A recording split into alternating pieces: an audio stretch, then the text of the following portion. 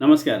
युट्युबबाट पैसा कमाउन चाहनुहुन्छ तर आइडी मोनिटाइजेसन भएको छैन भने साथीहरू अब तपाईले कम्मर कसेर लागि पर्नुपर्नेछ।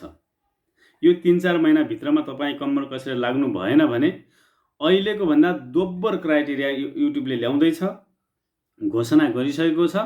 अहिलेको भन्दा दोब्बर हामीले युट्युबले मागेको कुरालाई पुरा गर्नुपर्नेछ र मात्रै हाम्रो आइडी मोनिटाइजेसन हुनेछ। त्यसैले यो समयमा तपाईँ जति युट्युबमा काम गरिराख्नु भएको छ अझै बढी खटिएर अझै बढी मेहनत गर्नुस् र यही 2027 भन्दा पहिले नै आइडी मोनिटाइजेसनको लागि तयार गराउनुस्। हैन भने 2027 मा साथीहरू छोटो भिडियोको लागि अहिले 10 मिलियन भ्युज भए हुन्छ भने 2027 जनवरीको लागि बाट 20 मिलियन भ्युज हुनुपर्छ छोटो भिडियोको लागि र लामो भिडियोको लागि चाहिँ अहिले 4000 घण्टा वाच टाइम भए मात्रै पुग्छ भने एक वर्षमा।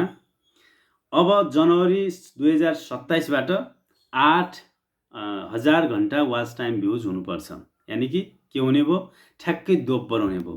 10 मिलियनबाट 20 मिलियन हुने भयो भने सर्टमा, लामोमा 4 बाट 8 हुने भयो।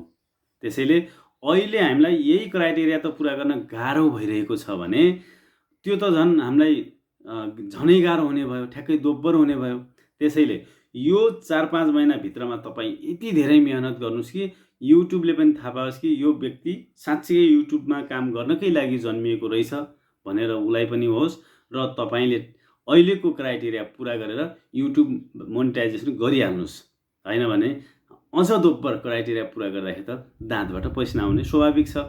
त्यसैले तपाईले यस्तै रमाइलो पनि केही कुराहरू र केही कुराहरू जान्नको लागि मलाई फलो गर्नु होला। म अब तपाईहरुको माझ एकदमै निरन्तर रूपमा उपस्थित हुनेछु र मैले पनि आफ्नो आइडी मोनिटाइजेसन भर्खर गरेको छु। तपाईले पनि गर्नुस् र मेहनत समयमै गर्नुस् यदि तपाई युट्युबमा काम गर्न चाहनुहुन्छ भने। धन्यवाद। नमस्ते।